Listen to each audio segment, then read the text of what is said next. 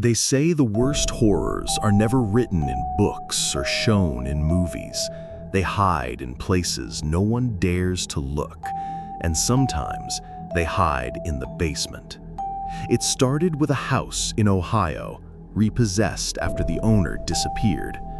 Bank workers came to clear it out, nothing unusual. But in the basement, stacked neatly in an old wooden crate, they found 6 VHS tapes. No labels, just black plastic with fingerprints pressed deep into the surface. The tapes were turned over to police. For weeks they sat in evidence storage, until one detective finally decided to watch. What he saw was never released to the public. Only fragments leaked, whispered by officers who quit the force afterward. This is what those tapes contained. Tape 1 begins with a shaky camera moving through a dark hallway. Heavy breathing, a voice whispering, "Don't look at them directly." Then the lens tilts downward. Feet, bare feet, small, 4 of them. Children standing in the corner, facing the wall, motionless. Their shoulders twitch every few seconds, as if sobbing silently. But when the cameraman whispers again, their bodies jerk in unison, like puppets yanked by strings. Cut to black. Tape 2, a kitchen table. On it, 5 dolls arranged in a circle. Their faces have been carved with a knife.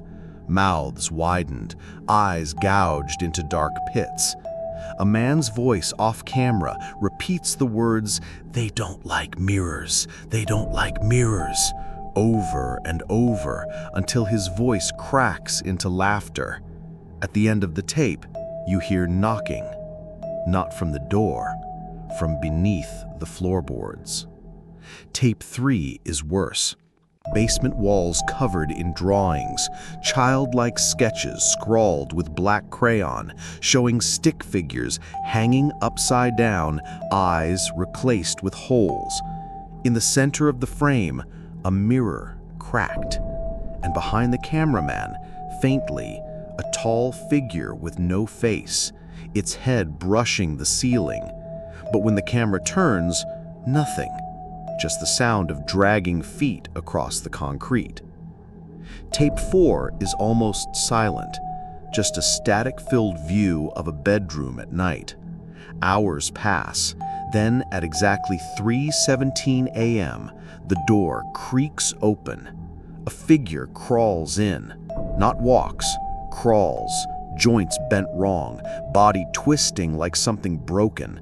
It pulls itself to the bed, climbs up, and leans over the sleeping person. The camera zooms closer until the screen fills with a pale, eyeless face, then screams. Cut to black. Tape 5, a close-up of someone's mouth whispering directly into the microphone. You can hear saliva clicking with every word.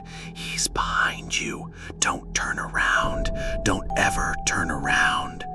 The camera shakes violently, spinning across a dark basement filled with broken chairs, chains hanging from the ceiling, stains smeared on the floor. Then, in the final seconds, the camera drops. Heavy footsteps approach. A shadow falls across the lens. The tape ends.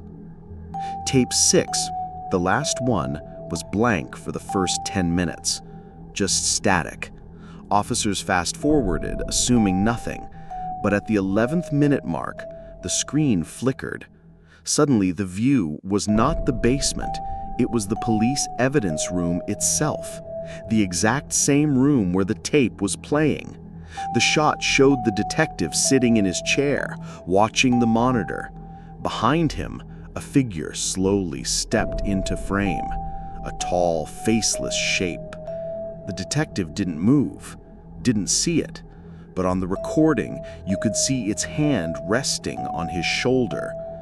The tape ended with a single sentence, whispered in a deep, distorted voice. "Now you've watched too." After that night, the detective vanished. His house was found empty, Every mirror smashed, every TV screen shattered, VHS players gutted, wires torn out. His car sat in the driveway with the engine still running. He was never seen again. The house where the tapes were found was demolished, but people in the neighborhood say they still hear knocking under the ground late at night. Some say if you play white noise through an old VHS player, you can hear whispers between the static. Others claim if you stare long enough into the static of a broken TV, the images from the tapes appear again, frame by frame, until the final shot of the faceless figure standing right behind you. The tapes themselves, officially destroyed, but collectors whisper that copies exist on the dark web, traded in secret. People who watch them report nightmares, hallucinations, dragging footsteps outside their rooms at night, and some never wake up at all. So, here's the warning. If you ever find an unmarked VHS tape in a basement, don't play it. Don't even touch it. Because once you see what's on them, once you hear that voice, you'll carry it with you. And when the static comes back, when you hear that knocking under your floor at night, it means you're already in the next tape.